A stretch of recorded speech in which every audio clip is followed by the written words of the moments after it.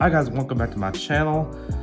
So I know that I'm primarily a Pokemon channel, but I did go to Yu-Gi-Oh! Locals for the first time last night since May of earlier last year, and decided to pick up some local, just to kind of help to keep the community built up. And I was kind of like in the mood to play a little Yu-Gi-Oh! I know it's just weird. Once you play the game, I don't think you can ever like truly get away from it. But I ended up going X1. And I figured I'd like showcase this deck or this deck profile, maybe to one, bring some more traction to the channel for like a deck profile, and two, just because I'm still working on the sealed only project, so I wanted to give y'all guys something out with y'all wait like another week or so. But sealed only episode 1 is coming. I was sick last week, so we're just trying to get over this head cold, be able to talk. I couldn't even talk. Like, once the video comes out, you'll understand. But let's just go ahead and shut up and go into the deck. We go into this deck profile. I did go X1 at locals. It was 3 rounds of Swiss. We didn't play a top cutout. We kind of had a small locals, but we'll go ahead and just talk. And it ended up netting me 3rd place with a little score credit. So let's go ahead and just talk about the list and my choices played. And this is Tenyi Swordsoul.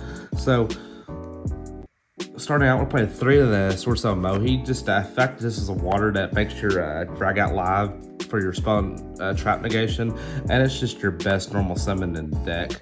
Also, on top of that, chain blocks just to let you draw a card. Just really powerful card for this deck. This is personally my favorite card in the deck is Lanyan, because you do get to these times in the strategies that you don't want to overcommit to the board, and just having this in a worm just really helps you set up. Like having this plus the shoot, it just equals Brawny to floored, and then if they can come back for it, you can pop the board off with the shoot with your Vashita, and then just go from there. And then we played 2 of the Taya. Now I was playing this at 3, but I kept on bricking on it. But this is really good follow-up play. Just be able to banish the emergence after you search it, and then get your stuff going live with the Foolish Barrel aspect of the card as well, just to start setting up like different lines of play. I will tell you this: I did misplay in one game to where when I had summoned this, went to banish the emergence. I should have Foolish Burialed a Moe.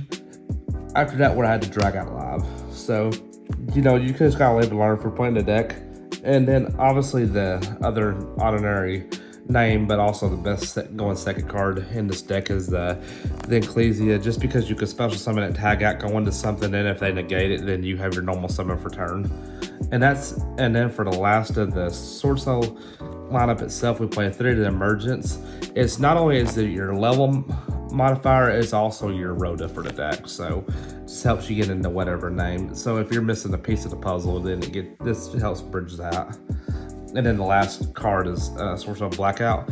A lot of people really hate this card, which I don't understand it. It's a free pop too. Just simplified game state. This card just comes up so much. You can clear a back row or just clear something and just get yourself into an OTK position on the next turn. Okay, for the Tenyi package, play 2 of the Hara, 3 of the Arshana. If I'm missaying his names, please just don't rip me in the comment section. These sometimes Yu-Gi-Oh! Language is complicated. And 2 of the Vashita. This is your recover. This is your special summon to help you play for like weird hands, and also you could special summon this normal Veiler, and it helps you get into your plays if your hand is bad. And this is just the best board breaking card in this deck, just to help you be able to play for back row.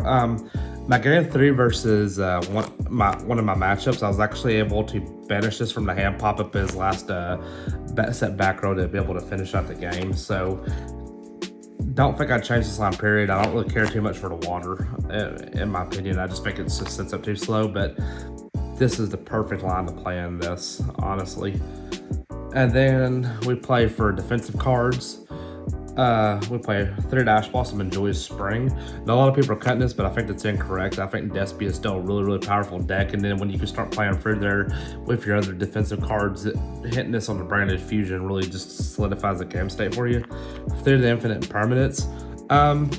This could definitely be something else if y'all want it to be something else. Forbidden Drop one in this deck is not that good, but you can play Dark Ruler no more. You can play like an emergency, not emergency teleport, but Good grief. Can't think of the card at the moment. It's just it's a still card, but you can play any 3 of anything else. I just put this in because it's just really good defensive for Rogue. And then 3 of the Effect Veiler. It does work as an imperm, but it's also one of your best normal summons in the deck. Just because of 2 factors. It's a level 1 tuner that lets all your Tenyi monsters be able to be live for like synchro plays, but also on top of that, it's a lot to be able to go into your lot charmer. So it's a multi-purpose utility card in the deck that does 3 different things, and I like cards like that. One cross-out designator, I know it sounds weird, but I'm playing the Bystial, so I just wanted to kind of play like one sacky one of that actually.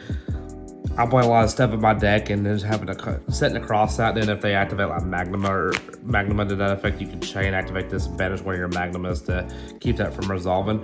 Or I do have one card in the side deck that I'll show you in a minute. That way I played it. Probably gonna cut it in the future, but the idea of it was, I guess, niche. Then for the Bystials, we played 3 of the Magma, 3 of the Druid Swarm, 2 of the Sonier. This is definitely going out. This is very, very underwhelming. You just play this line and just make this something else, honestly. And then the last card in the monster in the deck, we played the Destrudo. It gets you into your Yazi play, but also on top of that, it's a good bridge. And if you can play a card that's powerful on a synchro deck, then you should definitely be playing it. Then for the last cards in the deck, we play 2 Pot of Desires just to draw 2 and 1 Monster Reborn. The theory behind Monster Reborn is it plays for disruption. It plays for disruption, but also on top of that, I'm playing Axis Code Talker in the extra deck, so this also can help you like still link monsters or just beta negate out. So that wraps up the main deck. I think it's 42 cards. I'm not really for sure to count, but that's that. And then for the extra deck, we played 2 of the Monk of the Tenyi.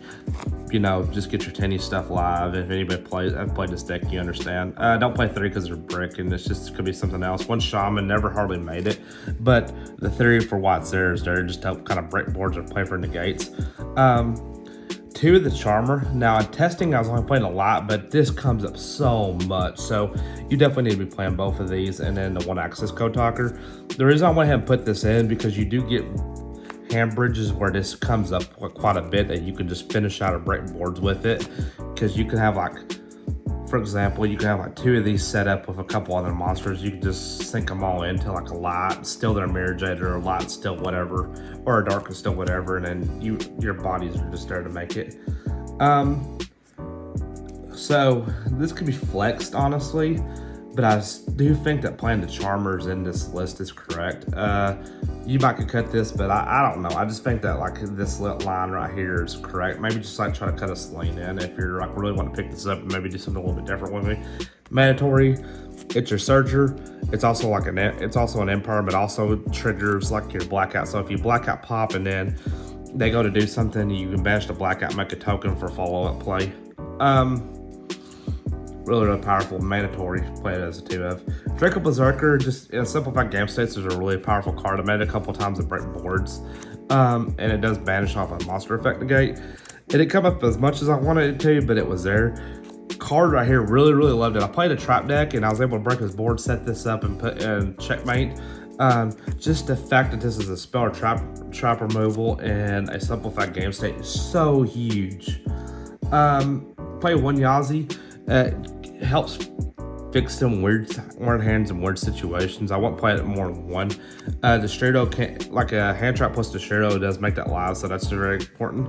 Boxy to help break boards, going in the later rounds. I was playing this at 2, but I decided to cut it to put the Axis Code Talker, and I'm probably not gonna look back from that point. This doesn't come up as much as I really wanted it to. One of this guy, I never made it.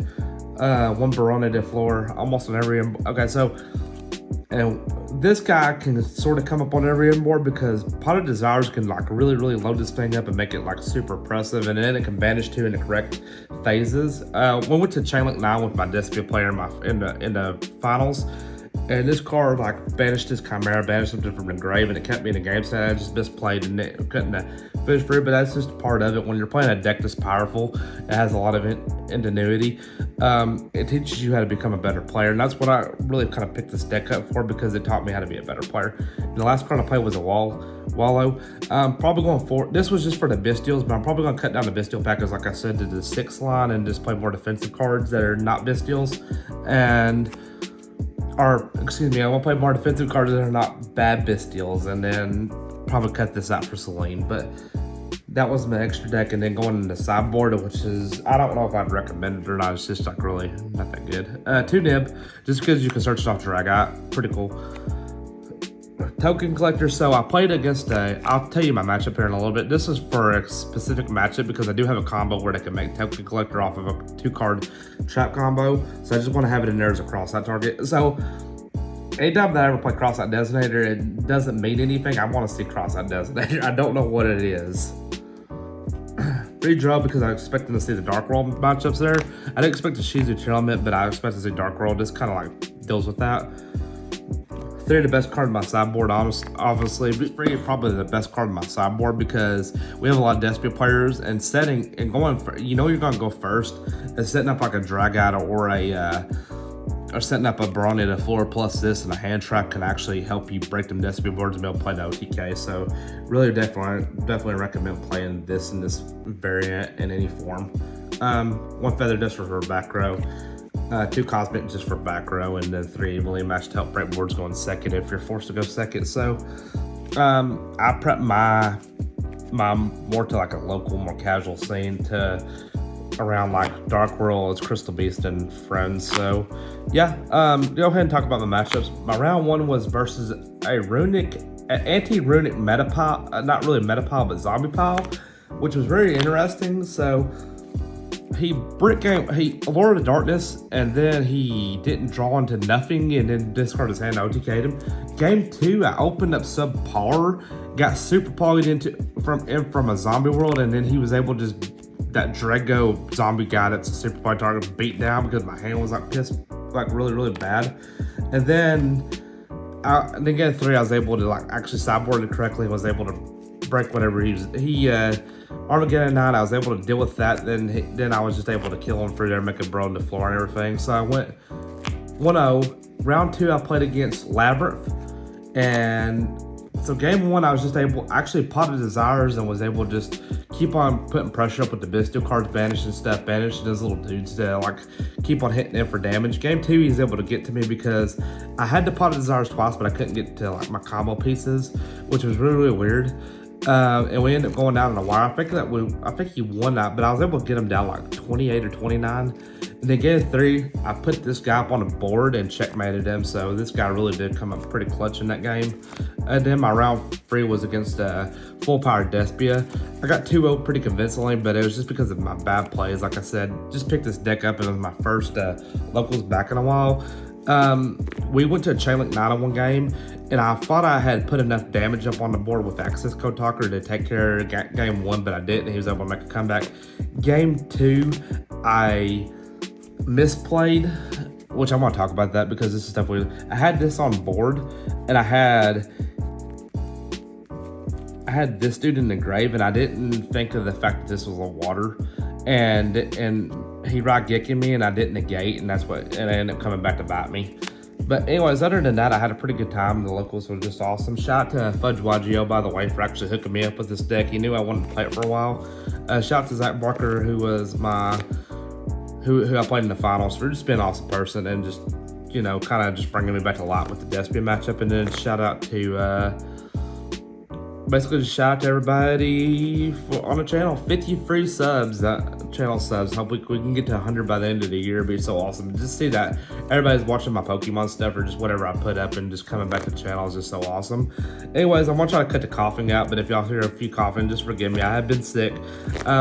Still only is coming soon. Again, I don't know if I'll keep on doing like Yu-Gi-Oh content on here. If it's something that y'all want to see, then by all means I might start doing more, but I was able to go local. I was kind of happy at my locals and wanted to showcase y'all this deck. And, you know, we all started from Yu-Gi-Oh! So it's not ever a bad idea to come back to, you know, humble beginnings. But anyways, guys, I hope y'all have a great rest of your day, and hopefully Sealed Only will be up pretty soon for y'all.